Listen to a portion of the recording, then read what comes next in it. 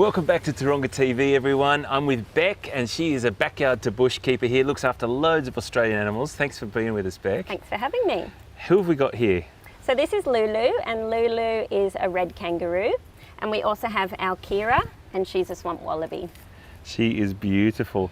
Now, it's great to sit here with a female red kangaroo, Beck, because a lot of people come to the zoo and they go, oh, they're not very big, don't they?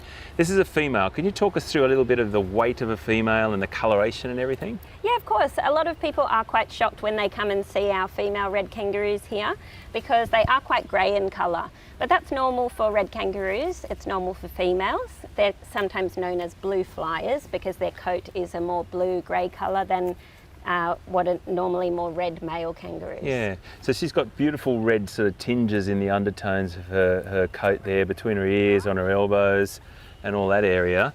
But the males have a very, very bright red, or not bright red, but much more distinct coat, don't they? Yes, they're often more red in colour, and they have that big red chest as well. So really bright red coloration on their chest, just to accentuate those big muscles that they have as well. Yeah, they certainly do. So Lulu weighs 24 kilos. We just weighed her last week, and she's still growing. She's still quite a young kangaroo. The females get to about 35 kilos, but the males can get to up to about 90 kilos. So a lot bigger, a lot taller.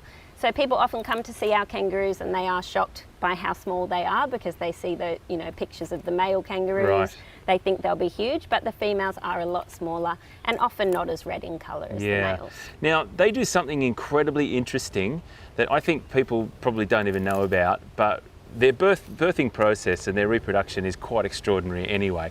How a little jelly bean-sized, underdeveloped young crawls its way up into the pouch is phenomenal anyway. But they do something else that they can do with you explain it. They can, much better than me. Hopefully. They can do something called embryonic diapause, which we've found out about 100 mammals can do around the world. Yep.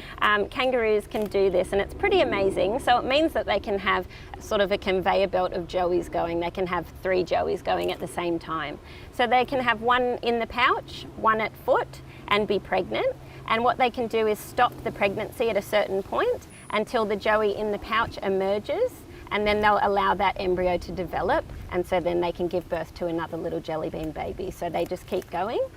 They also have 4 teats in their pouch, and so their different teats will make a different type of milk for the different size joeys depending on their development. So pretty incredible.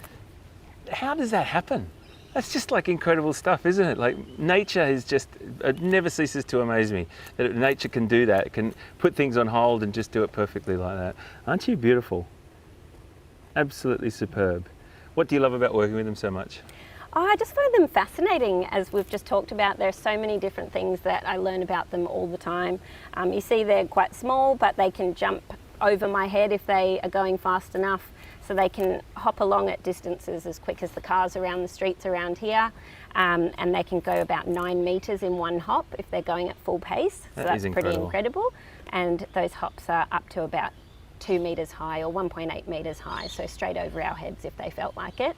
And sometimes, like yesterday morning, Lulu did get the zoomies, we call them, so she was hopping around here as quick as she could, having the best time, and it's pretty fun to watch them. They're all quite different. Like when a dog goes crazy in the park or something with its owner, and just, beautiful, absolutely superb.